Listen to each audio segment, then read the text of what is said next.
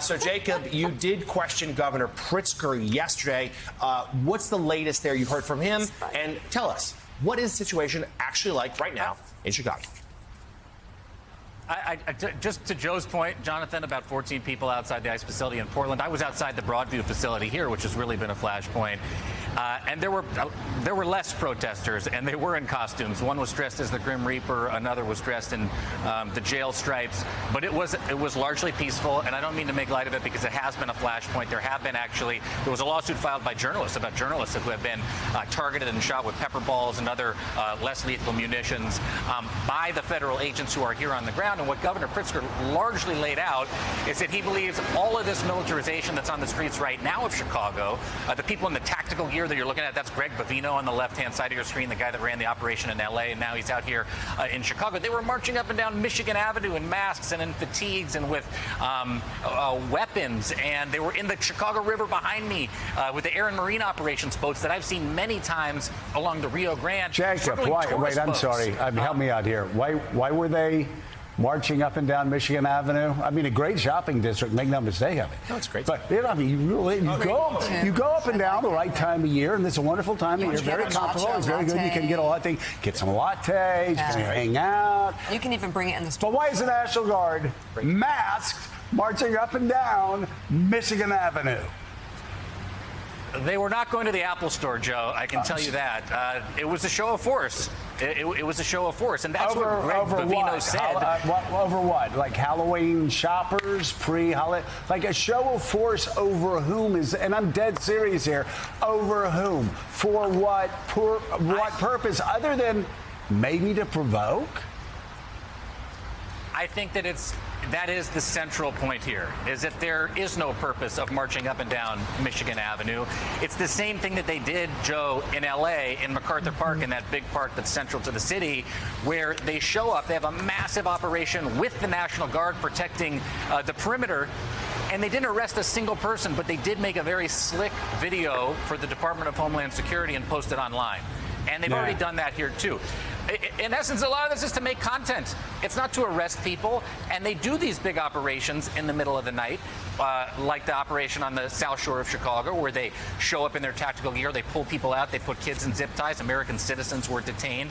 And a lot of those people were then released. What is the point of it? They don't have a good answer, other than to say to go after the worst of the worst. But we all know that that's not what's happening. I do want to play a little bit of what Governor Pritzker said to me yesterday, because I did go to the press conference and I asked him. He said he was going to use every tool at his disposal to keep these guys out of here. And I asked him what exactly that meant. Here's a little bit of what he said to me. Beyond legal challenges, what does that pushback against the potential invocation of the Insurrection Act look like? Would you order the state police to arrest or detain federal officials or stand in the way of federal law enforcement? We follow the law in Illinois. We follow the law. Unlike Donald Trump, we follow the law. We have made sure that, again, under state law, that we've provided funding for programs so that people know their rights, so they can protect themselves. That's first and foremost. We've made sure that we've pleaded with the public to take action by using their phones to videotape anything and everything that they see. We want to make sure that that's recorded. It's why we were able to even show some video here today. And again, beyond going to court, we have encouraged people to shop at small businesses, to help out your neighbors. We provided support for those children who've been traumatized and for their families by those attacks.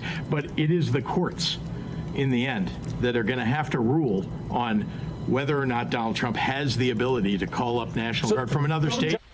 And I would say at some point, we've said this yesterday, at some point the Supreme Court is going to have to stop knocking these cases down to lower courts and stop being ambiguous about what the president has the power to do and not do. So, Jacob, I want to go back to, we were sort of talking tongue-in-cheek about them marching up and down Michigan Avenue, a very exclusive shopping district in Chicago, and just say it does remind me of Washington, D.C. There are parts of Washington, D.C. that are very dangerous. They just are. And by the way, Ask residents of Washington, D.C. who live in those areas, and they will say, we want more law enforcement officers. But time and time again in Washington, we saw the National Guard outside the Apple store, outside other stores, in DuPont Circle, picking up trash, not going to the affected areas. In Chicago, I mean, gangland killings, just, Labor Day weekend, over 55 people shot, I think 13, 14 killed. Every weekend, people seem to be getting killed, getting shot. But these National Guard troops aren't going there, are they? No, and that's what Brandon Johnson, the mayor of Chicago, is emphasizing. He says, we'll take federal grants for community-based policing so we can surge resources to those areas.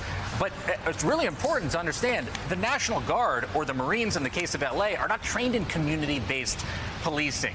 That's not how they deal with people and are meant to deal with people. First of all, they're not meant to deal with people, period, on the streets of these cities. It's not their job. Unless it's a... That's exactly right. And so the mayor is saying, you want to help us with our law enforcement strategy. The federal government has plenty of resources to do that, but that's not where these troops are ending up. Certainly not where they were ending up in Los Angeles either. And so they're going to send them here to stand outside of ICE facilities face to face with protesters in costumes, and they're marching Border Patrol agents around. By the way, Governor Pritzker made a great point to Rachel last night. The Border Patrol has the authority to operate within 100 miles of the border. We're well beyond that in Chicago, but they're saying that that Lake Michigan is the border of the United States with Canada, and that's the authority under which these tactical Border Patrol agents, who again are trained in community-based policing to be in and around civilians here in Chicago. That's the justification they're using to put them here. They're not going to these neighborhoods that you're talking about, guys, and that I think a lot of people would welcome the help of law enforcement, local law enforcement, especially on the ground in a city like this. Yeah. MSNBC senior political and national correspondent Jacob Soboroff, thank you very much. Thank you, Jacob. A costume tomorrow. Thank you.